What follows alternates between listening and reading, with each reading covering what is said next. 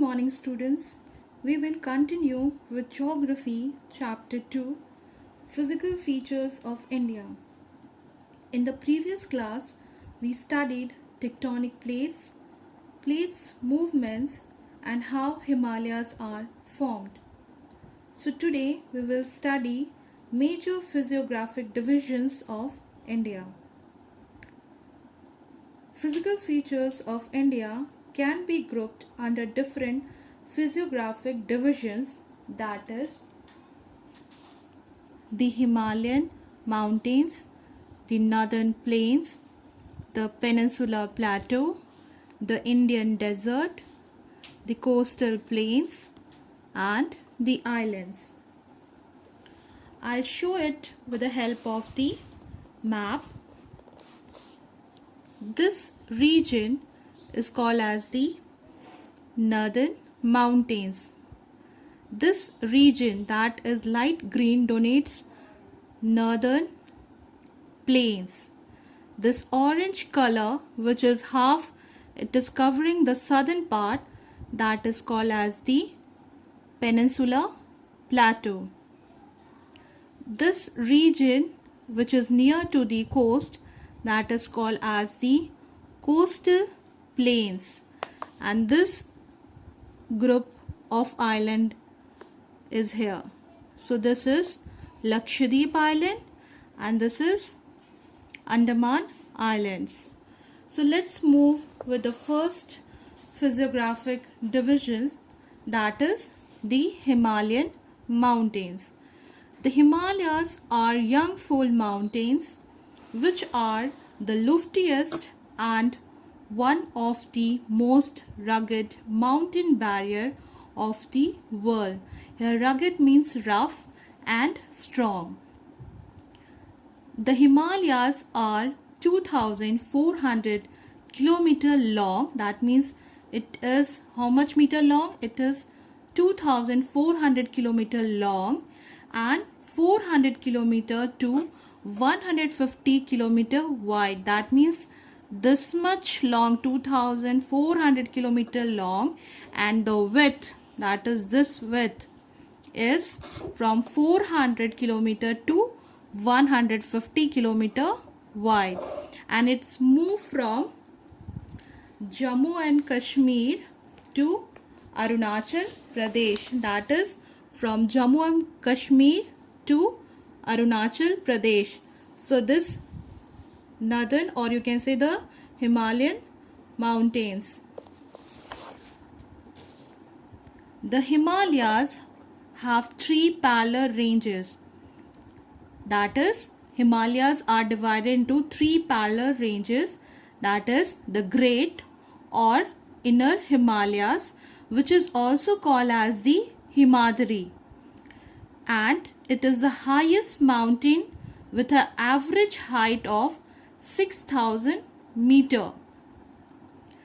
And we'll be seeing that the core of Himalaya is composed of granite.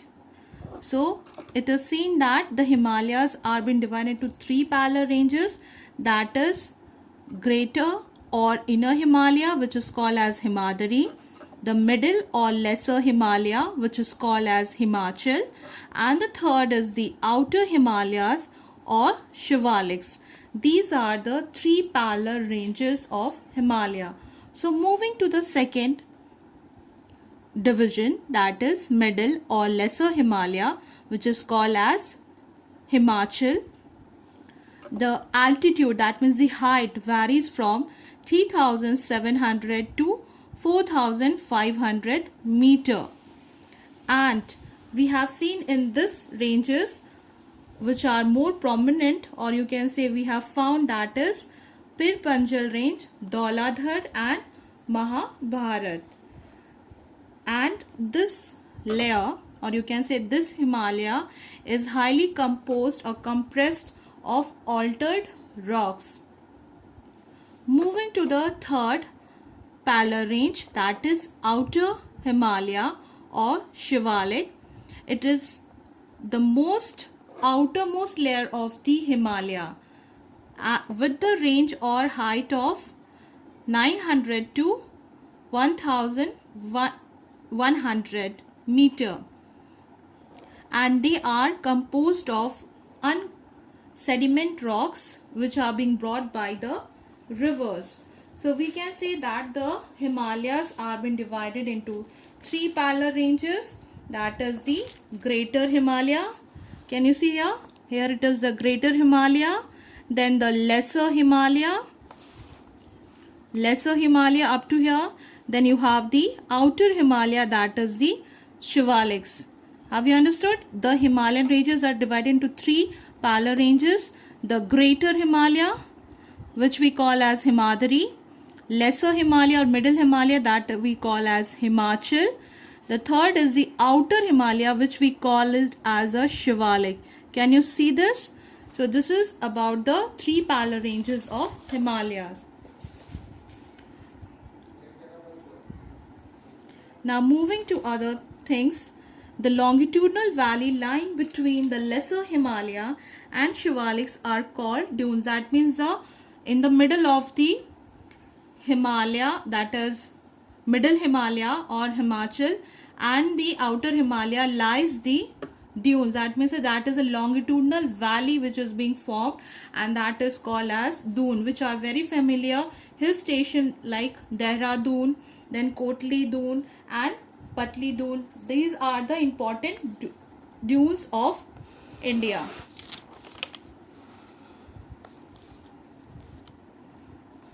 We'll be seeing also that the Himalayas are being divided into four sections or regions from west to east. That is, we have Punjab Himalayas, Kumaon Himalayas, Nepal Himalayas and Assam Himalayas. We'll be seeing that these divisions have been made by the river valleys. That means whatever the divisions it has been seen, it has been made by the river valleys. So it is being seen that the part of Himalayas lying between Indus and Satluj is called as the Punjab Himalayas, which is also known as the Kashmir and Himachal Himalaya. That means the region which lies between the river Indus and Satluj, that is called as the Punjab Himalaya. Moving to the second, the region which lies between the Satluj river and Kali river is called Kumaon Himalayas, and the region which lies between Kali and Tista is called as the Nepal Himalayas. And we will also be seeing that it is also Assam Himalayas. That means the region which has the rivers of Tista and Daibang or Sangpo, that is the Brahmaputra river. So we have dealt about the other divisions of Himalayas. So we can say that with the help of a diagram, that this is the Satluj river, this is the Indus river. So this region we call it as where the Satluj and Indus is flowing. That region is called as the covering that area, that is called as the Punjab Himalayas. Here is the Kali river. Here is the Tista river. So this ranges is called as what? We have seen it as Satluj and Kali, that is Kumaon Himalayas. And we have seen Kali and Tista, that is also being given as the Nepal Himalayas, that is near to the border of Nepal. So moving to the other physiographic divisions of India, that is the Northern Plains.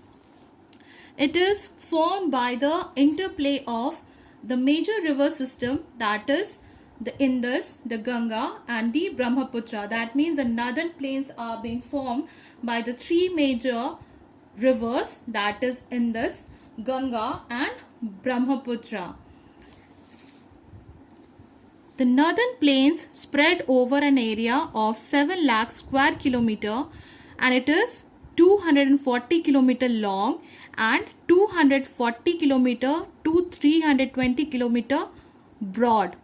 That means the northern plain is spread up to how much area?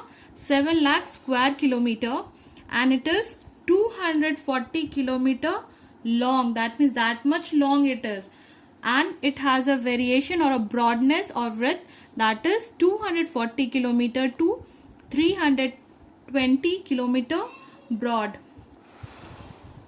The rivers that flow to the plains from the mountains are involved in the depositional work. That means whatever the rivers which are flowing in the northern plains, the work is that only the deposition work. That means depositing the soil in that particular region.